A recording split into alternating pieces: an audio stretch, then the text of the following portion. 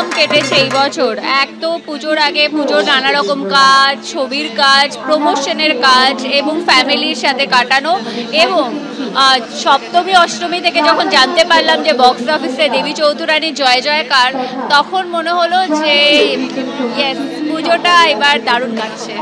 জগত পালিনী মা, আনন্দিনী মা, শক্তি রূপিণী ভক্তি দায়িনী, দশভুজা তুমি মা, জগত পালিনী মা। আপনারা দেখতে পাচ্ছেন যে একদিকে দশমীর সকালে বৃষ্টি, প্রবল বৃষ্টি, এবং সেই বৃষ্টিকে উপেক্ষা করে মানুষ পৌঁছে গিয়েছে মণ্ডপে মণ্ডপে। দশমী পুজো সমাপ্ত হয়েছে এবং তারপরেই চলছে মাকে বরণ করার পালা। আবারও এক বছরের অপেক্ষা, এবং সবাই মনে মনে একটাই কথা বলছে, আসছে বছর আবার এ সময়।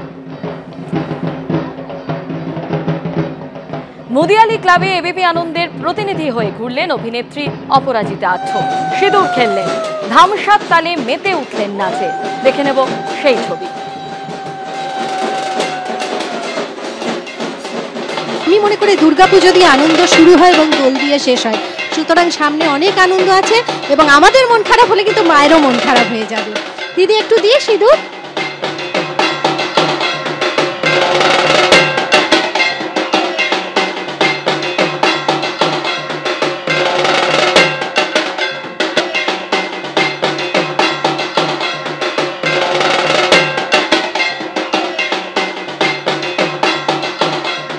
অলরেডি বৃষ্টি কিন্তু শুরু হয়ে গেছে, মায়ের চোখের জল পড়ছে, কিন্তু তার মধ্যেই সিঁদুর রঙে রাঙিয়ে নিতে হবে সবাইকে। আর এখানে একটা সুন্দর, মানে খুব নিষ্ঠা ভরে খুব ভালো করে সিঁদুর খেলার একটা পর্ব চলছে, একটা মজা হচ্ছে, সবাই সবাইকে সিঁদুর দিচ্ছে, মাকে বরণ করছে, এবং বেশিরভাগই সবাই লাল শাড়ি না হলে লাল পাড় সাদা শাড়ি পরে এসেছে।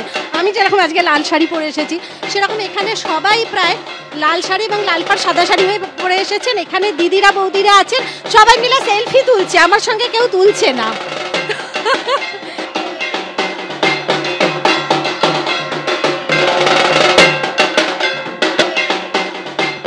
আর যেখানটা ধামসা বাজানো হচ্ছিল সেখানে বৃষ্টি হচ্ছে বলে ওনারা একটু অফ করেছেন। কোথা থেকে এসেছে? ঝাড়গ্রাম থেকে এসেছি। ঝাড়গ্রাম থেকে? ঝাড়গ্রামের কোথা থেকে? রোহিণী থেকে। রোহিণী থেকে। তা একটু বাজানো হবে তো? আমি বুঝতে পারছি বৃষ্টি পড়ছে।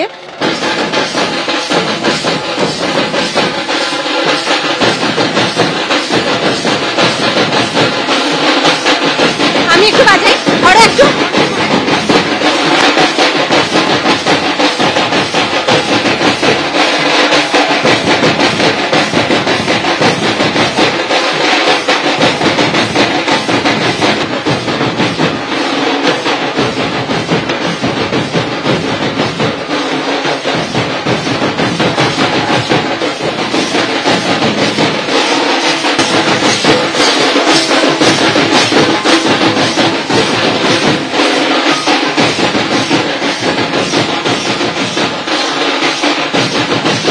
বৃষ্টি পড়ছে কিন্তু নাচ থামছে না।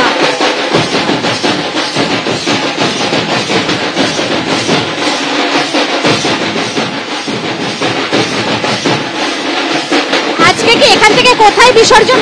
আমাদের যেমন চাই গঙ্গার ঘাটে, ওরকমই আমরা গঙ্গার ঘাটে বিসর্জন। আমাকে দেখে ইন্সপায়ার হয়ে সবাই মোটামুটি ধামসা বাজাতে শুরু করে দিয়েছে।